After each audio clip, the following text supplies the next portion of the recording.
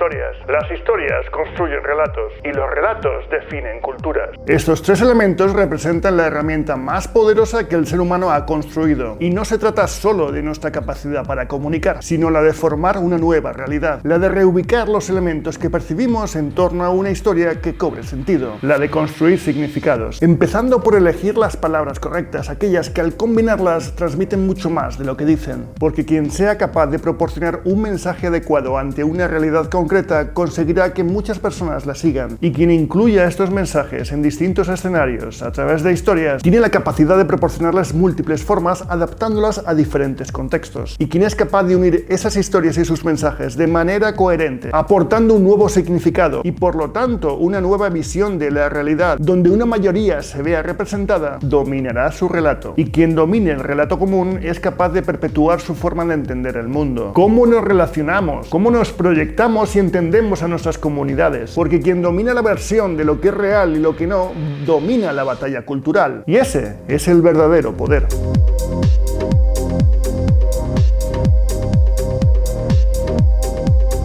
Vivimos en el siglo XXI, la era de la tecnología, de la información, de las inteligencias artificiales. Pero toda esa innovación queda en una anécdota cuando hablamos del verdadero poder de la comunicación. Por eso, no es de extrañar que todas estas tecnologías aborden de frente y sin pudor la capacidad de transformar nuestro comportamiento a través de los contenidos que consumimos, las tecnologías que usamos y la manera en la que nos relacionamos. Porque en función de los contenidos que consumas tendrás una percepción u otra de la realidad. Y si llegados a este punto eres capaz de mirar por encima de las ramas, te darás cuenta que en el bosque de las tecnologías de la información, la política, la economía, el comercio y la religión tienen un objetivo común: el poder a través de la transformación cultural. Ese es el verdadero poder del relato. Esta es la verdadera herramienta que ha hecho que el ser humano llegue a ser quien es y la que definirá quién será en el futuro. Porque el dominio del relato y por tanto el de la realidad condiciona nuestro significado cultural y con ello nuestra capacidad de colaboración. En una extensa entrevista realizada al escritor, historiador y filósofo Yuval Noah Harari en el podcast de Lex Fridman, hay un fragmento donde describe cómo relato a la religión, a la economía, a la política e incluso a los países. Humans believe these stories, which is why we have these huge religious networks. But it's the same thing with modern politics.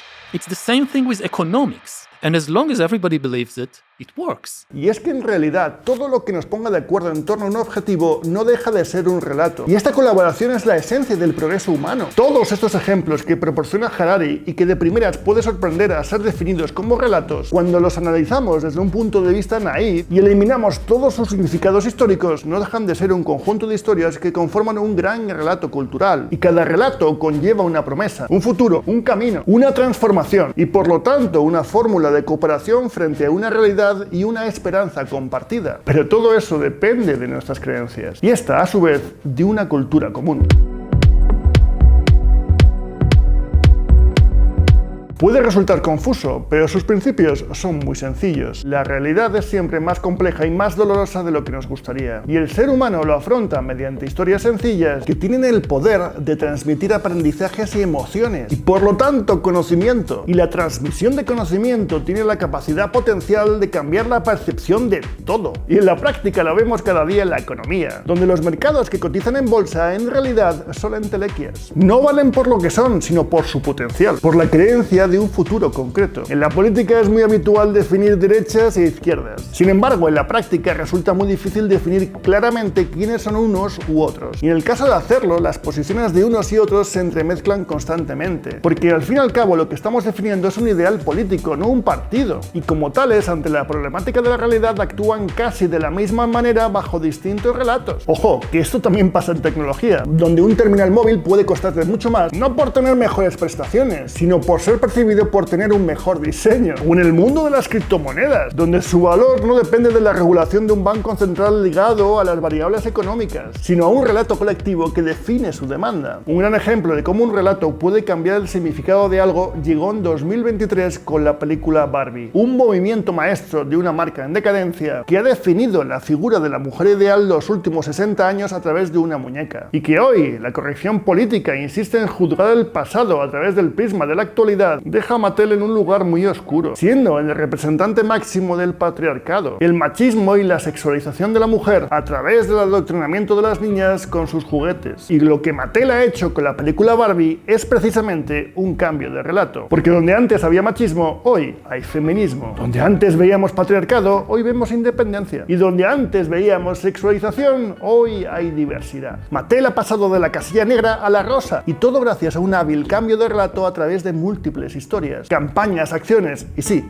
también una película. Lo que Mattel ha hecho es mantener su estatus social adaptándose al relato popular. Da igual cómo percibas a la muñeca, que hoy es más una marca, da igual siempre que la consumas, vamos. Y hay muchos ejemplos más, como el de Coca-Cola, que durante años fue la empresa responsable de la mayor contaminación de plásticos PET en el mundo, hoy ostenta ser el baluarte de la protección oceánica. O Twitter, que supuestamente era la punta de lanza de la conversación abierta en el mundo. Hoy sabemos que es el organismo de control, censura y manipulación más poderoso del planeta. Y no nos confundamos, es eso lo que ha comprado Elon, no la empresa. Ya no se trata de lo que hagas, sino de lo que entienden que haces. Y esto empieza por controlar un relato que ponga en común los valores, las expectativas y los deseos, donde una mayoría se vea representada, una comunidad.